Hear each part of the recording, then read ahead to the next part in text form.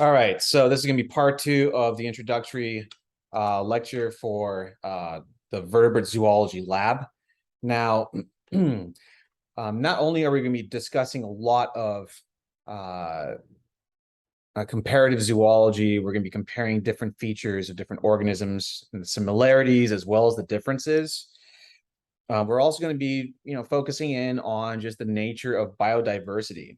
Now, biodiversity technically is, defined as the variation of different organisms in different ecosystems throughout the world.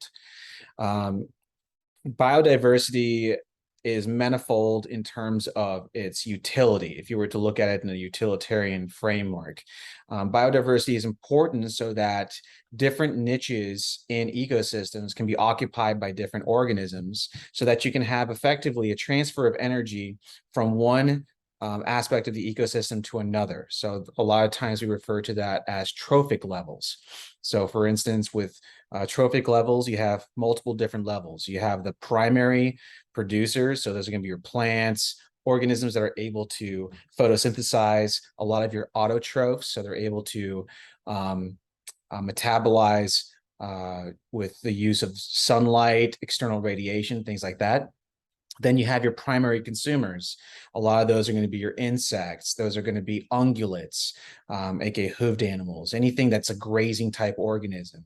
Then you're going to have your secondary consumers, and those are going to be carnivores. Those are going to be organisms that effectively feed off of those primary consumers, so on and so forth. So this is kind of description of the food chain per se.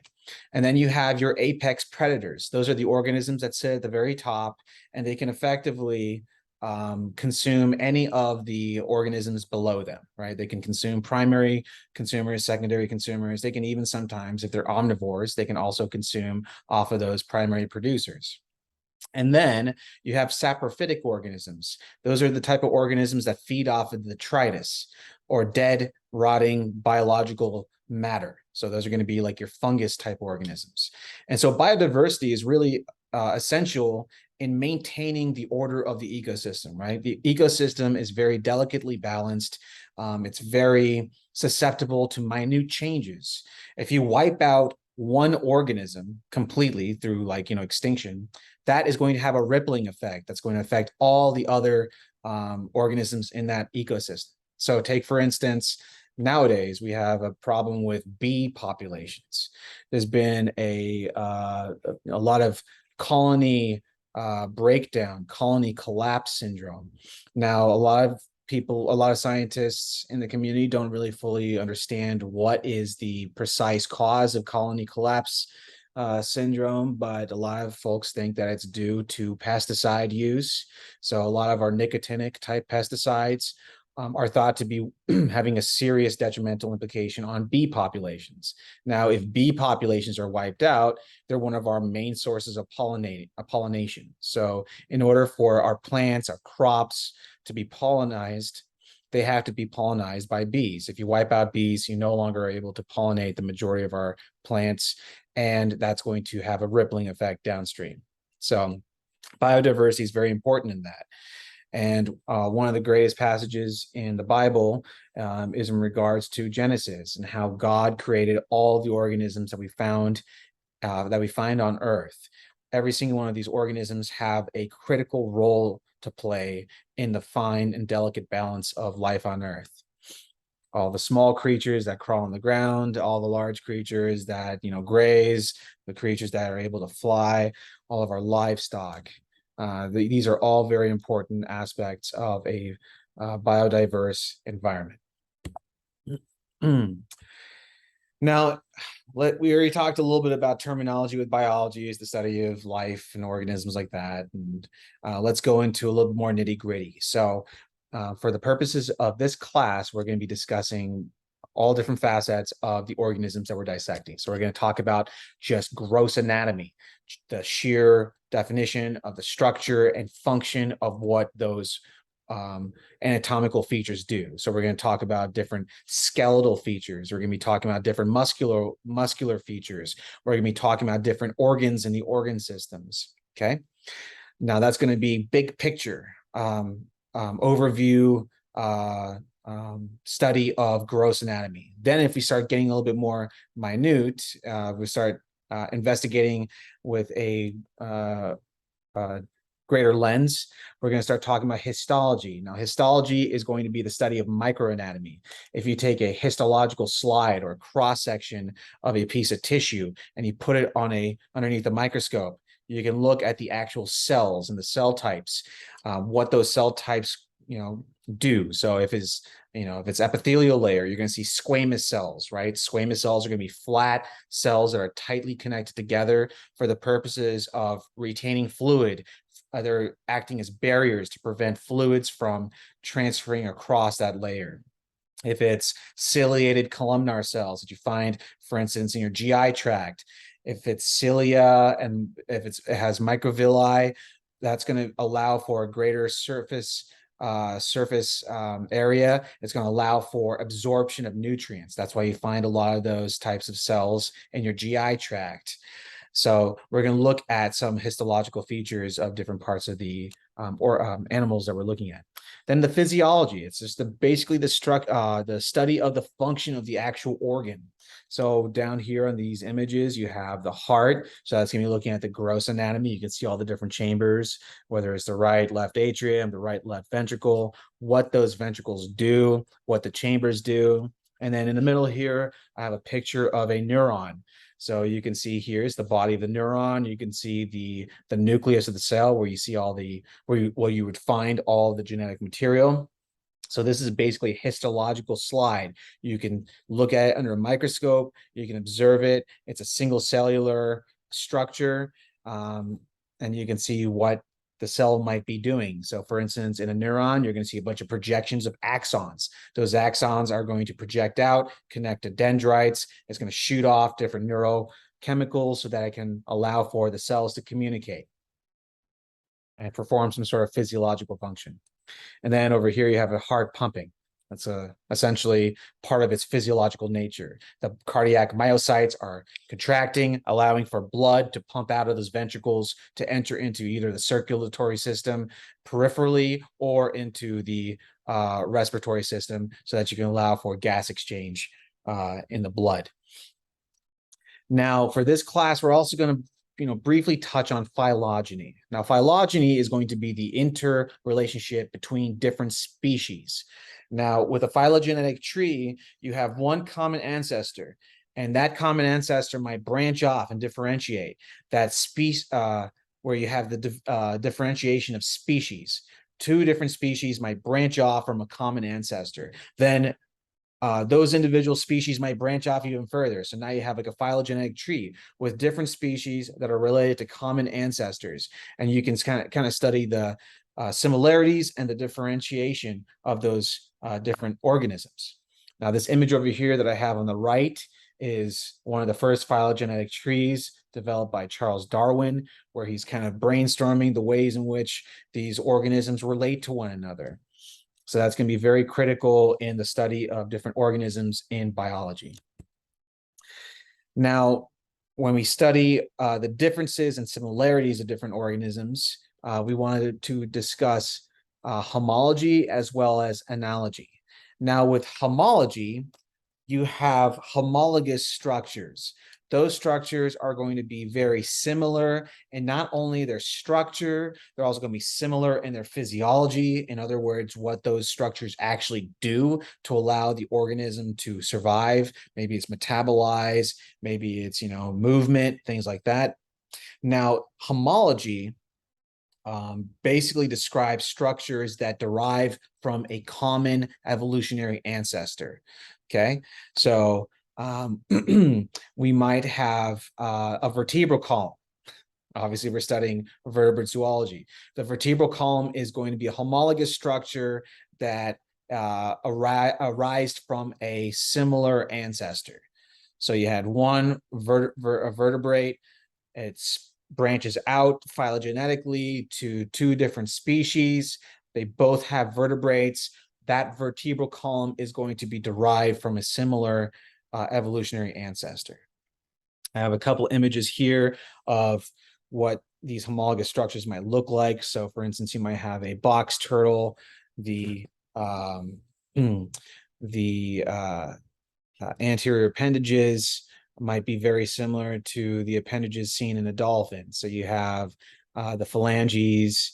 You're going to see the radius and the ulna is present. So for instance, in this box turtle up here, the radius is going to be the structure that's colored yellow over here. The ulna is going to be the structure that's colored green. They're very similar, homologous structures.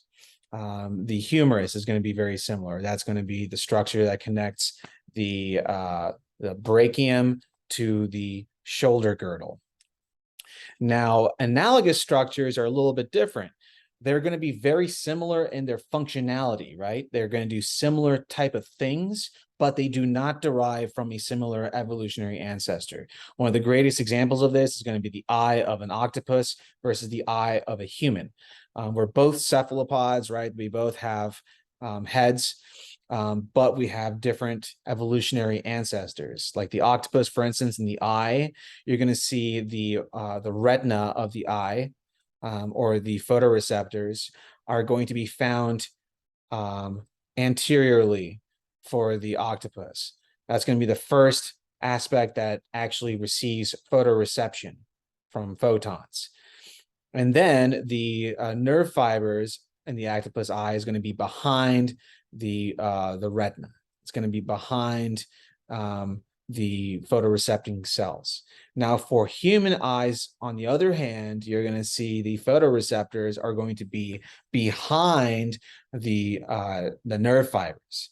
And so the photons have to go through the nerve fibers and then activate the actual photoreceptors, and those photoreceptors are going to now be able to transmit neurological signals through the nerve fibers into the optic nerve and then into the occipital lobe of the brain so that they can process visual information. Wings can also be analogous. They might be derived from different ancestors. So bat wings are going to be derived from a different ancestor from a butterfly wing. Butterflies are invertebrates. They're part of the arthropoda.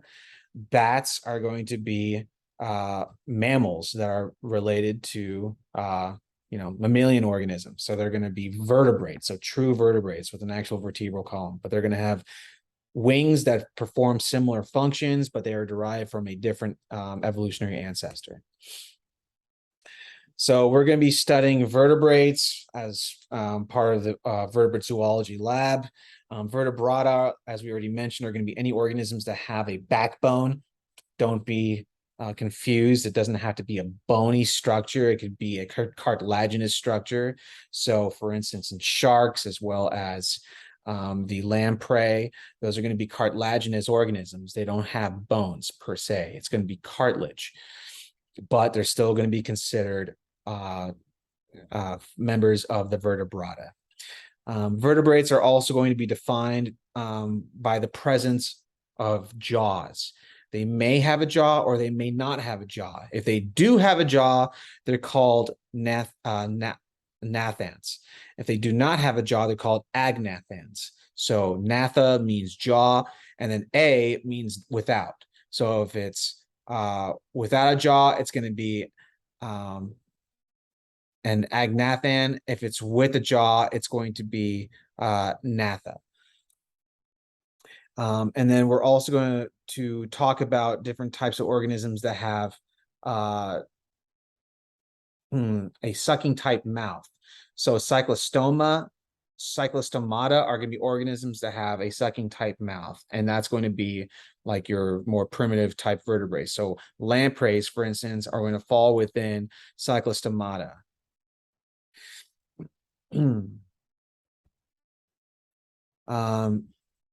And here's just another breakdown of what these phylogenetic trees look like. Some of the organisms that we're going to be looking at are, for instance, the agnathans. So down here, those are going to be your lampreys. They do not have a jaw. Those are also going to fall under cyclostomata, meaning they have a circular opening to their GI tract. So a stoma is going to be associated with an opening to a GI tract, and then cyclo is going to be circle. So it's going to be a circular opening into the GI tract. So that's why they fall under cyclostomata.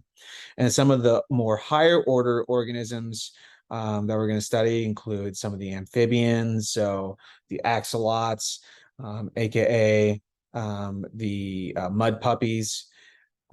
And then we're going to start also dissecting later on mammals. So we're going to be doing the cat at the very end of this module. Now, terms that you really should be familiar with are going to be the different anatomical planes of dissection. Now, there's going to be three major planes that we're going to be talking about. The first one is going to be a transverse plane. So it's basically if you got cut in half, that would be a transverse plane. You'd be looking at the person or the specimen from top to bottom. So you'd be cutting in half and observing the specimen from top to bottom. So if you look at the CT scan of the brain, for instance, that's going to be as if you cut your head right here, transverse plane, you're looking at your head now from top to bottom. The second plane of dissection that's important to know is coronal dissection. That's going to be going effectively down your sides. Now, it's going to be separating your anterior portion from your posterior portion. And if you do a coronal dissection, you're effectively looking at the specimen from front to back. So it could be anterior, posterior, or posterior, anterior. Okay. Then the sagittal plane of dissection is going to be basically down the midline. So it's a mid cut. It could be mid-sagittal, which is directly down, equally cutting between both sides. So it's an equal cut, or it could be parasagittal. So it'd be kind of an uneven cut, but still kind of down the midline somewhat. One way that I like to think about sagittal, think about Sagittarius. Sagittarius is shooting a bow and arrow, and the way you shoot a bow and arrow is going straight like that. I don't really have a very good way to remember coronal and transverse, but just kind of keep those in mind. Those are going to be very important for you to understand as we proceed with all of our dissections. So I'm going to give you a moment to kind of think about what these planes of dissection are. So what's the very first plane of dissection here? Now think down the midline, think Sagittarius. The very first one is going to be the sagittal plane. The second one is going to be cutting, separating front to back. That's going to be your coronal plane. And then the very last one is going to be cutting in half down the middle. You're going to be looking at the specimen from top to bottom. That's going to be your transverse plane. Transverse plane can also be referred to as axial plane as well. So if you ever hear an axial plane of dissection, you're also thinking transverse plane of dissection. They're euphemisms. Now, this is a transverse dissection or a transverse CT scan going from head to toe, so cephalocaudal or head to tail. Caudal means tail, but we talk cephalocaudal when we do our vertebrate dissections. So this is basically a cephalocaudal cross section on a CT scan of a human, looking at transverse layers or axial layers.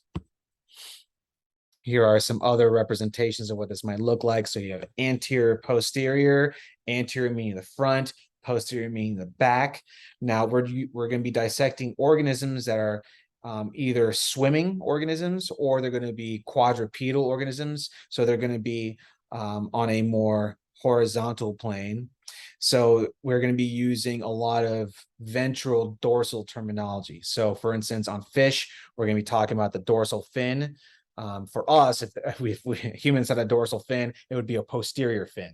But because fish are going to be on a horizontal plane, it's going to be dorsal. Same thing with ventral. We're going to be looking at the ventral portions of different organisms. So on the cat, on the abdomen, we're going to be looking at the ventral aspect of the cat.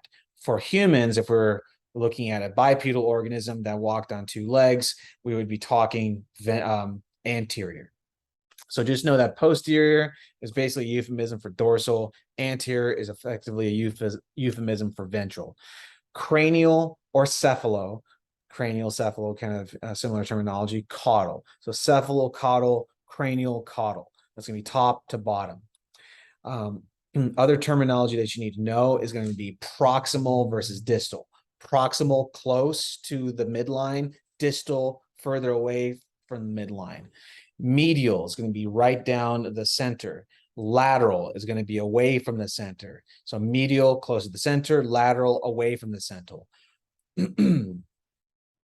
Other things that we should talk about as well with dissection is superficial versus deep. So superficial obviously is going to be closer to the surface of the skin or closer to the surface of the body.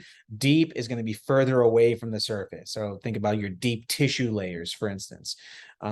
Superficial musculature versus deep tissue, deep musculature. Now, I'm going to give you guys a second to kind of like think about what these different blank spots might be. So E, what do you think that might be? We're thinking either cephalo or caudal or cranial. So cephalo could be cranial as well. C, so there could be two different terms for this. It could either be posterior or dorsal. The opposite would be anterior or ventral. And then for J, so close is going to be proximal, and then further away is going to be distal. So here's an overview of all these different terms that you need to be familiar with. Here's another way to look at it in a three-dimensional plane. So now you have not only your different planes of dissection, but now you also have the orientation in a direction. So ventral, dorsal, or anterior, posterior, that's going to be on a sagittal plane. Remember Sagittarius shooting the bow. And cranial caudal or cephalocaudal. You could look at that in a transverse plane dissection. So you can go different transverse or axial layers of dissection. And then medial lateral. If you were to hold your hands out, hold your arms out, lateral is going to be far away, medial is going to be close to the midline, and that would be effectively your coronal plane of dissection. Now, this is going to be more in the realm of human anatomy, but once we get into the cat dissection, once we get into mammals, this is going to be very important because these organ systems are going to be very similar to human organ systems. So in the right upper quadrant, directly below the thorax and the rib cage, directly below the diaphragm, which is going to be the muscle that allows for respiration, breathing, you're going to find the right upper quadrant is going to be in the abdomen. You're going to find the liver as well as the gallbladder. So the upper aspect of the abdomen, you're also going to find stomach, spleen. Left upper quadrant is also going to involve stomach and spleen. Left upper quadrant also stomach appendix. So that's going to be the right lower quadrant. Then the left upper quadrant is going to be stomach and spleen. And then once you start getting into the lower quadrants, right lower quadrant versus left lower quadrant, you're going to have in your right lower quadrant the cecum. And in the cecum for humans, you're going to find the appendix. You're not going to find an appendix in the cat, but if you were to dissect a human, you would find the appendix in the right lower quadrant. And then in the left lower quadrant, that's where you find the sigmoid colon. I'm not going to go into too much detail about the different the 9 regions of the abdomen, but just kind of go over this for your own autodidactic self-study.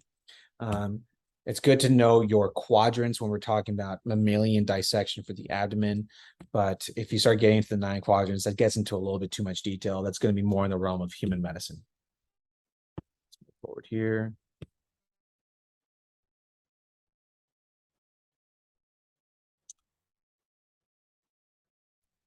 Okay, let's talk about the muscular movements. So there's going to be a couple different terms that you guys need to be familiar with. A lot of our musculature and our muscular systems are going to be defined by the way in which they actually move. So you might have muscles that are named after flexion versus extension. So like flexor digitorum, those are going to be some of your flexing muscles. So basically flexion is described as anything that decreases the angle between a joint. So your biceps, for instance, that's going to be a flexor muscle. Your triceps is going to be the opposite, an extensor muscle. Those muscles are going to be what allow for the increased angle between a joint. Now, you also have hyperextension. And for humans, there's only going to be really one example of a joint that hyperextends. And I'm going to show you guys that on the next slide. But a hyperextension is effectively anything that allows for a over 180-degree angle. So you have a beyond 180 degrees. That's going to be hyperextension. Abduction, or some people refer to as abduction, is going to be moving any limb away from the midline. Think about someone getting abducted, for instance. Someone that's getting abducted is getting taken away. So if you have abduction, that means you have anything taking a movement that's away from the midline, versus adduction. So that's add, two Ds. So think about addition. You're adding, or you're bringing an appendage back towards the midline. And circumduction is going to be a combination of a lot of these different movement types. So you'll find circumduction in ball and socket joints. So think about the head of your femur, for instance. That's going to be circumduction. So you can move it in all sorts of different directions. Now, as I mentioned before, hyperextension is going to be found in humans, is going to be found in your neck. So flexion is bringing your chin down. Extension is bringing your head back upright, and then hyperextension is looking at the ceiling. Flexion, decreasing the angle between a joint. Extension, increasing the angle between the joint. Adduction, adduction, you're adding an appendage towards the midline. Abduction, you're moving the appendage away from the midline. And then for human anatomy, we're not going to really see a lot of this in the animals that we're dissecting, but dorsiflexion, that's going to be bringing your toes towards the ceiling. Plantar flexion is bringing the toes down. I guess you'd be able to see that in the cat paws as well, but we're not going to really be going into too much detail about that. But pronation and supination, that's going to be important. Supination, the way I like to remember being supine is, imagine holding a bowl of soup. You don't want to let the contents spill out. So it's supine. It's basically allowing the surface to point towards the ceiling. So think about holding a bowl of soup. If your hands are supinated, your palms are facing upwards. Pronated is the opposite. Some people like to use this mnemonic, and I personally hate it, but playing basketball like a pro, you dunk. So you have your hands facing down. So that's pronation. Supination, palm or surfaces facing the ceiling. Pronation, surfaces facing the ground. And then a couple other final movements I want you guys to be somewhat familiar with is protraction. You're moving anterior on a horizontal plane. So that'd be like your jaw, moving your jaw forward. That's protraction. Retraction, moving the jaw backwards in a horizontal plane. And then depression, you're moving whatever structure it is down. Elevation, you're moving whatever structure that is up. So those are some of the major terms I want you guys to be familiar with as we move forward in our dissections. We're going to go over this again in class next week, just very briefly before we get into our lamprey dissection. And I look forward to meeting all of you guys in person next week. So if you guys have any questions, feel free to email me. I have my email listed on the announcements page. And enjoy the rest of your week. I'll see you guys soon. Take care.